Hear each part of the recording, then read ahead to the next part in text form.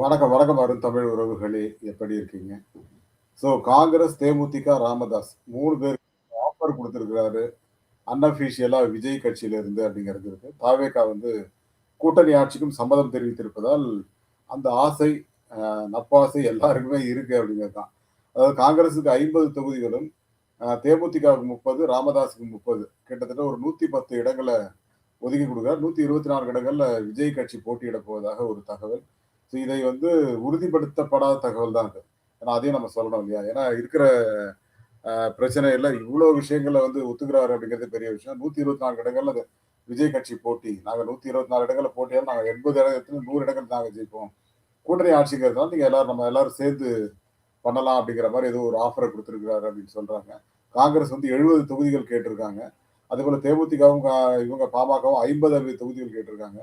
அந்த 50ல தான் 30க்கு வந்திருக்காரு அவரு. ராமதாஸுக்கு 30 குடுக்கறதுக்கு ரெடியா இருக்காரு. இதன் காரணமாக வந்து ஒரு மாஸ் கூட்டணியாக விஜய் கட்சி அமையுமா? அப்படிங்கிறது ஒரு பக்கம். பட் தேமுதிக அத ஒத்துப்பாங்களா? அப்படிங்கிறது ஒரு பக்கம். காங்கிரஸ் திமுகவை விட்டு அங்க போவாங்களா? அப்படிங்கிறது ஒரு பக்கம். தேமுதிக வந்து கடந்த முறை டிடிவி தினகரனோட கூட்டணியில இருந்தாங்க. பட் இந்த முறை விஜய் கட்சி வந்து 15% மேல ஓட்டு இருக்கிறதுனால, நம்மளும் ஓரளவுக்கு கட்சி 30 இடங்கள்லாம் பண்ணோம் அப்படின்னா, கட்சியோட சின்னம் வந்து நம்ம கன்ஃபார்ம் ஆயிரும். நம்ம குறைஞ்சபட்சம் ஒரு 8% மேல ஓட்டு வாங்கிடலாம். அப்படிங்கிற ஒரு கணக்குல தேமுதிக இருப்பதாக கூட ஒரு தகவல். திமுக கிட்டலாம் 18 தொகுதிகள் கேட்டு பார்த்தாங்க. பட் ஒண்ணும் நடக்கலங்கிறதுனால, இப்ப விஜய் கட்சி நோக்கி நகர்கிறாரோ இவங்க பிரேமலதா அப்படின்னு ஒரு சந்தேகத்தை எழுப்பியிருக்கிறது. இத பத்தி விரிவா பார்க்கலாம். அதுக்கு முன்னாடி உங்களுடைய கருத்துக்கள் வரவேற்கப்படுகின்றன. அதேபோல் நம்ம சேனல லைக் பண்ணுங்க, சப்போர்ட் பண்ணுங்க, சப்ஸ்கிரைப் பண்ணுங்க. உங்கள் நண்பர்களுக்கு மறக்காம ஷேர் பண்ணுங்க. கடந்த ஒரு 2 நாட்களுக்கு முன்னாடி அண்ணன் விஜய் அவர்கள் வந்து தன்னுடைய கட்சியின் 3வது ஆண்டு துவக்க விழால பேசினாரு. பேசினது மட்டும் இல்ல, டான்ஸ் ஆடுனாரு, என்னென்னவோ பண்ணாருன்னு வச்சுக்கங்க. அதுல முதல்வர் அவர்கள் கண்ட கனவு பத்தி சொன்னாரு. முதல்வர் கடந்த சில மாதங்களுக்கு முன்னாடி, நம்ம கட்சிக்காரன் பண்ணும்போது நான் தூங்கி எழுந்தா என்னெல்லாம் பண்ணி வச்சிருப்பாங்களோன்னு பயமா இருக்கு அப்படின்னு சொல்லி சொன்னாரு. அவர ஒரு ஆழ்ந்த தூக்கத்துல இருக்கும்போது எழுப்பி கேட்டு யாருக்கு ஓட்டு போடுவீங்கன்னு கேட்டா விசில்னு சொல்வாரு அப்படின்னு சொல்லி ஒரு சில விஷயங்கள்லாம் பேசியிருந்தார். அது நகைப்புக்குரிய ஒரு காட்சி அப்படின்னாலும், ஒரு முதல்வர் மட்டும் இல்லங்க. திராவிடத்தில் ஊறிய ஒருவர் வந்து தன்னுடைய கட்சியை எப்பொழுதுமே விட்டுக் குடுக்க மாட்டார் அப்படிங்கிறது தான் உண்மை. இவரு ஜோக்கு வேணா சொல்லிட்டு போலாம். விஜய் வேணா உங்கள எழுப்பி எப்போ யாருக்கு ஓட்டு போடுவீங்க? ஐயோ! ரெட்டலைக்கு அம்மா வந்து என்ன ஒண்ணும் இல்லாம பண்ணிடுவாங்க அப்படிம்பாரு. நீங்களும் அப்படித்தானே சொல்லுவீங்க இல்லையா? அந்த மாரி நெறைய விஷயங்கள் இருக்கு. பட் விஜய பொறுத்தவரைக்கும், அவர் இன்னும் ஒரு மெச்சூர்டு பொலிட்டீஷியனா மாறல அப்படிங்கிறதுக்கு உதாரணம். அவருடைய பேச்செல்லாம் அப்படிதான் ஒரு கன்னித்தன்மையா தான் இருக்கு அந்த பேச்சு. இன்னும் பெருசா மாறவே இல்லங்க. பட் அவரு அப்படி மாறுவாரா அப்படிங்கிறது ஒரு பக்கம். அது அவருடைய விருப்பம். தமிழ்நாட்டுல இருக்கிற ஒவ்வொரு வீட்ல தான் எங்களுக்கு ஓட்டு வரும். தேர்தல் அன்னைக்கு காலையில எழுந்து வர்ற ஒவ்வொருத்தரும் விசிலுக்கு தான் ஓட்டு போடணும்னு எழுந்து வருவாங்க. பாருங்க அன்னைக்கு தெருக்கே விட போறாங்க அப்படின்லாம் பேசுறாரு. பேசுறதுக்கு நல்லா தாங்க இருக்கு. பட் நீங்க களத்துல இறங்கி வேலை செஞ்சிருக்காங்களா? உங்கள் தொண்டர்களாகட்டும், உங்கள் கட்சி உறுப்பினர்களாகட்டும், இறங்கி வேலை செஞ்சிருக்காங்களா அப்படின்னு கேட்டீங்கன்னா, இல்லைன்னு தான் சொல்லணும். பட் அதை தாண்டி இன்னும் நம்ம சில விஷயங்கள யோசிச்சு பார்த்தீங்க அப்படின்னா, நமக்கு கிடைக்கிற பதில் இருக்கு இல்லையா? அது ரொம்ப மோசமா தான் இருக்கு. நீங்க 12லேருந்து 15% வைத்துக்கொண்டு இப்படி நீங்க ஆடுறீங்க அப்படின்னா, 45% உங்கள விட 2 மடங்கு அதிகமாக வைத்துக் கொண்டிருக்கிற திமுக என்ன ஆட்டம் ஆடுவாங்க? இல்லையா? பட் அது வந்து பழம் தின்னு கொட்டை போட்ட கட்சி. நீங்க வந்து ஒண்ணும் பண்ண முடியாது அப்படிங்கிறது தான் உண்மை. பட் இந்த தேர்தல் எல்லாம் அடுத்த தேர்தல்ல ஒரு எதிர்க்கட்சியா கூட வரலாம். அது வேற விஷயம். ஆனா விஜய் கட்சி வந்து வளராது, இப்படியே போயிரும்லாம் நான் சொல்ல மாட்டேன். பட் அவர் எடுக்கிற முடிவுகளை பொறுத்து அந்த கட்சியோட வளர்ச்சி வளர்ச்சி மேல போதா, கீழ போதாங்கிறது அப்புறம். ஆனா, இப்ப நீங்க காங்கிரஸுக்கு 50 தொகுதிகள் குடுக்க தயாரா இருக்காரு. அது எப்படி அப்படின்னு கேட்டீங்கன்னா, தன்னுடைய அரசியல் ஸ்திரத்தன்மைக்கு இதெல்லாம் உதவும்னு எதிர்பார்க்கிறாரு. தான் வந்து தனித்து போட்டியிட்டு ஒரு பெர்சன்டேஜ நிரூபிக்கிறத விட, இந்த மாரி ஒரு ஸ்ட்ராங்கான கூட்டணி அமைக்கும்போது 20, 25% போயிடலாம்.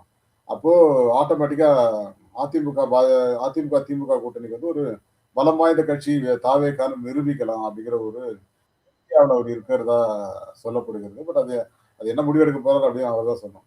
தன்னுடைய தொண்டர்களையும், தன்னுடைய ரசிகர்களையும் கட்சியில் தன் கட்டுப்பாட்டுக்குள் வைத்திருக்கணுங்கிறத நெறைய சுவாரஸ்யமான விஷயங்கள விஜய் பேசுறாரு. பட் அது அரசியலுக்கு உகந்ததா இல்லையா அப்படிங்கிறது ஒரு பக்கம். 2வது இன்னொரு விஷயம் யோசிச்சு பார்த்தீங்க அப்படின்னா, கடந்த 2 நாட்களுக்கு முன்னாடி வந்த பட்ஜெட்ட பத்தி அவர் பேசவே இல்ல. திருப்பரங்குன்ற இஷ்யூ பத்தி பேசல. இப்படி பல விஷயங்கள பேசாமலே கடந்து போகிறார் விஜய் அப்படிங்கிறச்ச, அவர எப்படிங்க நம்புறது அப்படின்னு நெறைய பேர் கேள்வி கேட்கிறாங்க. ஒரு அரசியல்ல ஒரு நபர் கோகுலகிருஷ்ணன் நினைக்கிறேன். சன் டிவில நேத்து பேசிட்டு இருந்தார் பார்த்தேன்.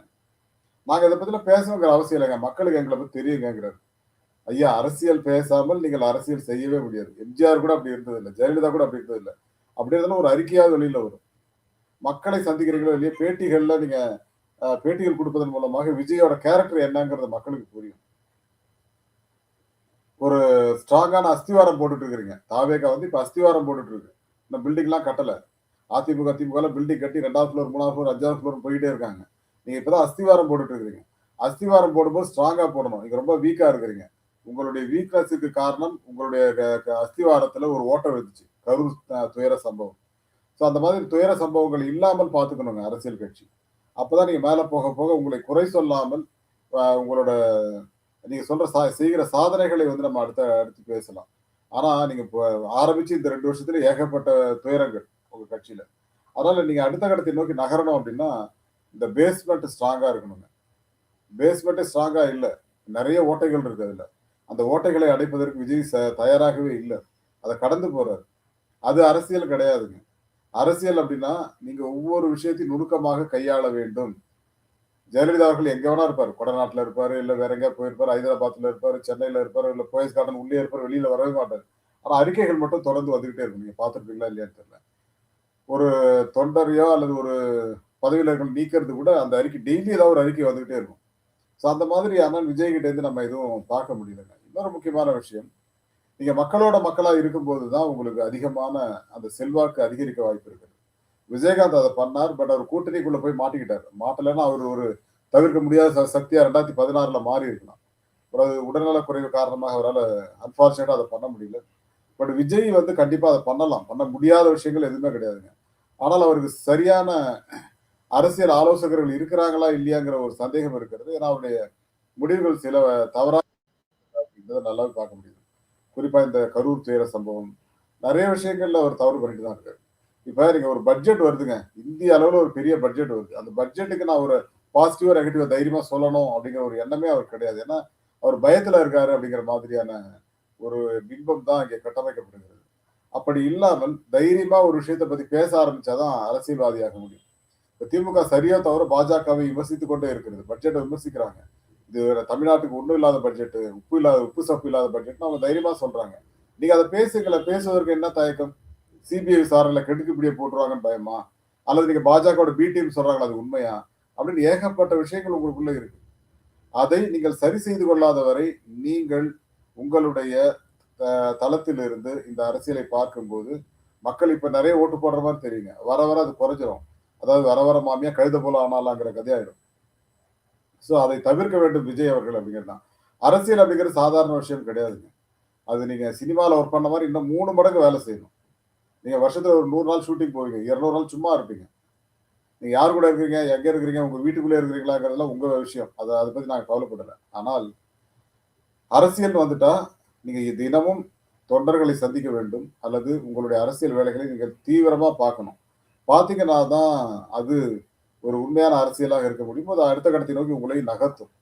அப்படி இல்லையா, மக்கள் உங்கள கரிச்சு கொட்டுற நாட்கள் வெகு தூரத்தில் இல்லை.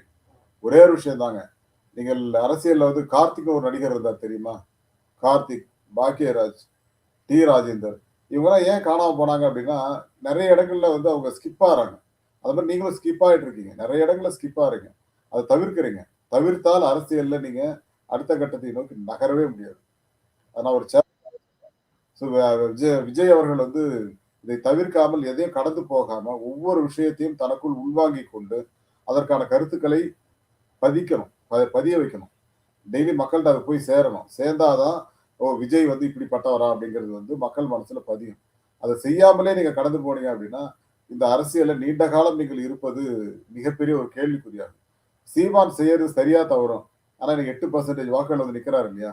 அது அவருடைய பெரிய சாதனை. எந்த விதமான பெரிய சினிமா புலமோ இதுவும் இல்லாம, அன்பு தம்பிகளை நம்பி அவர் நிக்கிறாரு. பட் அதுதான் சாதனை. அந்த சாதனையை நீங்க படைக்க முடியுமா? ஒரு அடுத்தடுத்த ஒரு இதுல 15, 20% கூட வரலாம் சீமான் தெரியாது. ஆனால் அந்த ஸ்திரத்தன்மையை நீங்க அதுவும் விஜய் பண்ணார் அப்படின்னா, அவர மாரி நீங்க 2, 3 மடங்கு வளர முடியும். இந்த எலக்ஷன்ல 15 அடுத்த எலக்ஷனுக்கு 25, 30 கூட போலாம். தெரியாது. பட் ஆனா அத ஸ்ட்ராங்கா நீங்க பண்ணாத வரைக்கும், அரசியல் அரிச்சுவடி தெரியாத அரசியல்வாதியாகத்தான் விஜயை மக்கள் பார்ப்பார்கள் என்று சொல்லிக்கொண்டு, விடைபெறுகிறேன். மீண்டும் ஒரு நல்ல தலைப்போடு சந்திக்கலாம். Thank you all and bye to everyone.